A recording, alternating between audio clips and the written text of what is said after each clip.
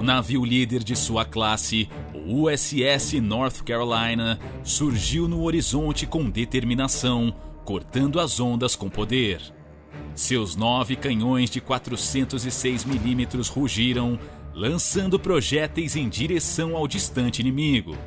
Do outro lado, a frota da Marinha Imperial Japonesa avançou sem hesitação, visando o domínio do Pacífico. Com seus motores pulsantes, o USS North Carolina avançou com armas carregadas, pronto para romper as linhas inimigas em chamas. Quando as duas forças colidiram, a missão se tornou ainda mais desafiadora. Os aviões japoneses atacaram os navios americanos, ameaçando derrubá-los com bombas convencionais e ataques kamikaze devastadores. Só que o couraçado americano não vacilou em seu papel de protetor e respondeu com mais de 40 armas de seu armamento secundário. O céu logo se tornou um caos mortal de fogo antiaéreo, fumaça e tiros de caças americanos e japoneses. Apesar dos ataques implacáveis, a sua espessa armadura desafiou todas as bombas e torpedos de seu adversário.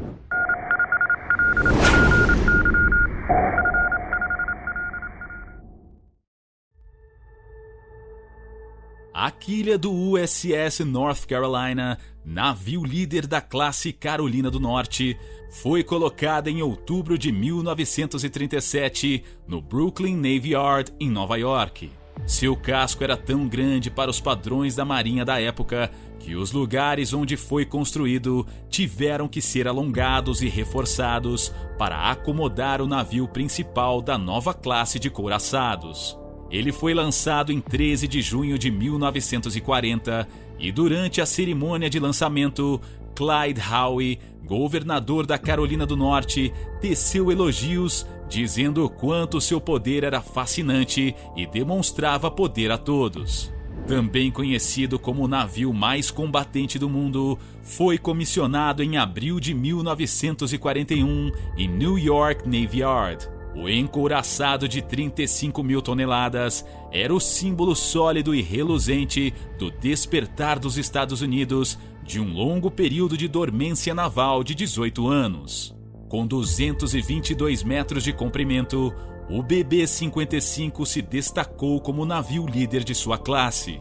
Ele era equipado com 9 canhões de 406 mm e possuía 20 canhões de 127 mm para defesa antiaérea.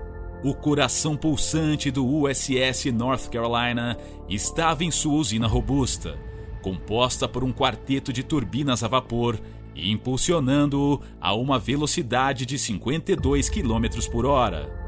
O que realmente diferenciava o USS North Carolina de outros navios de sua época era seu revolucionário esquema de proteção, que incluía um sistema especializado de cinturões blindados e decks que protegiam seu equipamento vital e tripulação de projéteis inimigos. Apelidado carinhosamente de Showboat, o BB-55 passou meses testando seus sistemas e passando por testes no mar após seu comissionamento. Sob o comando do destemido capitão Olavo Hustved, o USS Carolina do Norte partiu rumo ao Mar do Caribe para seu cruzeiro de testes.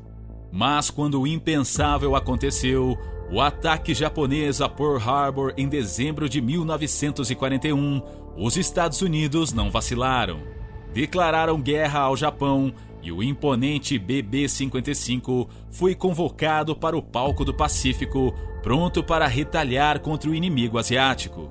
Designada para a Força Tarefa 61, o couraçado juntou-se à batalha em Guadalcanal, acompanhada pelo porta-aviões USS Enterprise, pelo cruzador USS Atlanta e pelo cruzador Portland, além de outros contratorpedeiros. Sob seu fogo protetor, desempenhou um papel crítico nos desembarques da 1ª Divisão de Fuzileiros Navais, cujo objetivo era claro: capturar o aeródromo construído pelos japoneses. O apoio inabalável do encouraçado foi fundamental para neutralizar as fortalezas japonesas em Tulagi, arquipélago das Ilhas Salomão. Mas nem tudo transcorreu conforme planejado. Os japoneses lançaram um esquadrão de cruzadores que atacou a frota da Marinha dos Estados Unidos durante a noite de 9 de agosto de 1942, resultando na derrota das forças americanas na Batalha da Ilha de Savo. O couraçado mostrou seu valor durante a intensa Batalha dos Salomão Orientais, que se desenrolou de 24 a 25 de agosto, testemunhando confrontos ferozes entre as forças aeronavais de ambos os lados. Após afundar o porta-aviões Ryujo, a Marinha Imperial Japonesa lançou um ousado contra-ataque que foi detectado pelo radar do USS Carolina do Norte. Concentrando seus esforços no USS Enterprise, os japoneses lançaram uma série de ataques aéreos e disparos. Mas como seu fiel protetor, o USS Carolina do Norte disparou seu fogo antiaéreo para cobrir as manobras evasivas da Enterprise. Vários caças e bombardeiros inimigos foram abatidos, forçando os japoneses a desviarem seus esquadrões e a atacar diretamente o USS North Carolina. Apesar dos esforços inimigos, o navio conseguiu evitar o impacto direto das bombas inimigas, embora tenha sido atingido por 3 delas, resultando em pequenos danos. Durante os combates contra as forças japonesas, o couraçado derrubou entre 8 e 14 aeronaves inimigas. Após o término da batalha, retornou às águas de Guadalcanal para continuar a proteger as unidades do exército e do corpo de fuzileiros navais na ilha. Os submarinos da Marinha Imperial Japonesa o atacaram em 6 de setembro, lançando torpedos, sendo que um deles passou a alguns metros do navio, evitando uma catástrofe.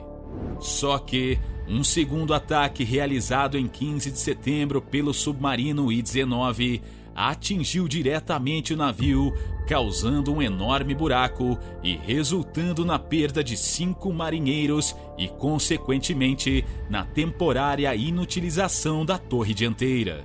Infelizmente, outros navios que faziam parte da força-tarefa não tiveram a mesma sorte. O USS Wasp foi afundado e o USS O'Brien também naufragou posteriormente devido aos extensos danos sofridos. Após passar por reparos de setembro a novembro de 1942, o USS North Carolina se juntou ao USS Saratoga e ao USS Enterprise para operações de escolta de comboios nas Ilhas Salomão.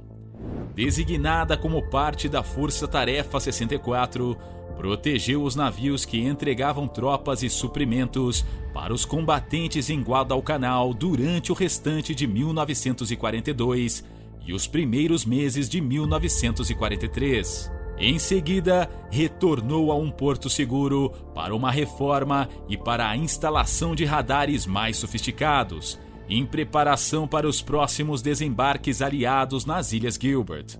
Ali, a missão era clara: apoiar a invasão às Ilhas Gilbert e Marshall, que incluíam Tarawa, Makin e Abemama.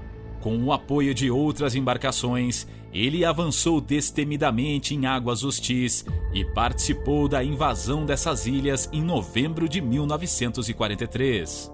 Em 6 de janeiro de 1944, o couraçado e sua força-tarefa foram rápidos em combater o avanço japonês durante a Batalha de Kwajalein, desencadeando sua fúria com uma série de bombardeios preparatórios.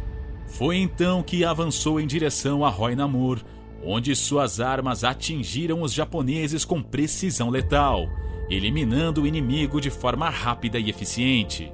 Participou também da Operação Hailstone para invadir a ilha de Truk, uma das áreas mais importantes do Império Japonês na região.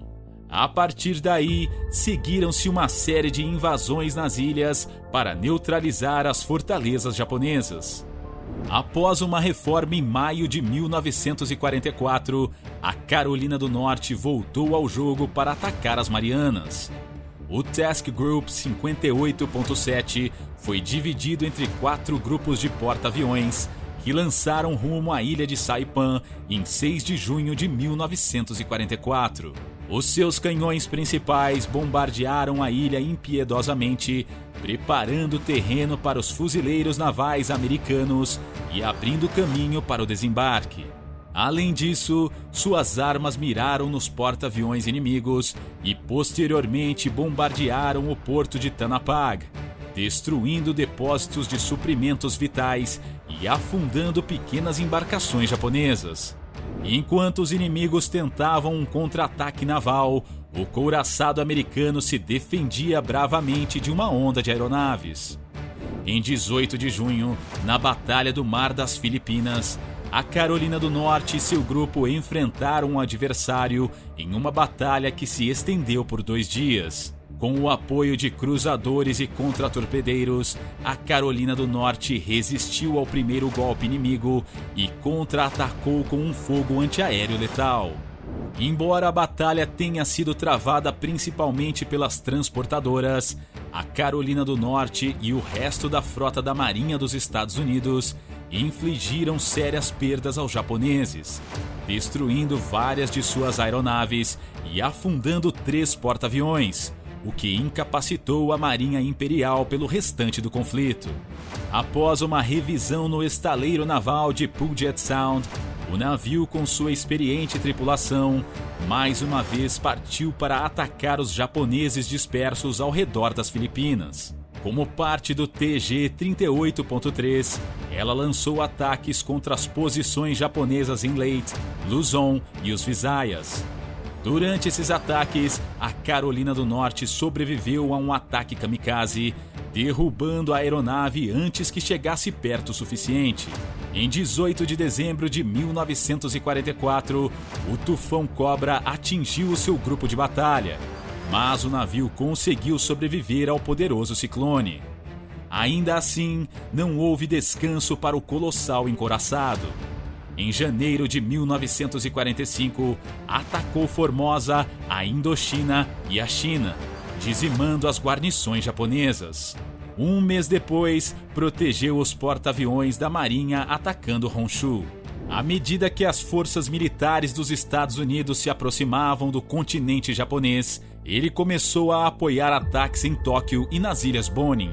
Durante a investida em Okinawa, a Carolina do Norte afastou vários ataques kamikaze, derrubando 13 em intensos combates aéreos. Com o Japão em chamas, o grupo de trabalho da Marinha se retirou do país à medida que um tufão atingia a terra natal. Logo após, vieram as 2 bombas lançadas sobre o Japão.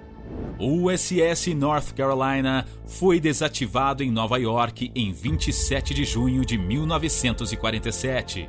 Permaneceu como um navio escola para aspirantes e mais tarde foi transferido para Bayonne, Nova Jersey, para integrar a frota inativa da reserva.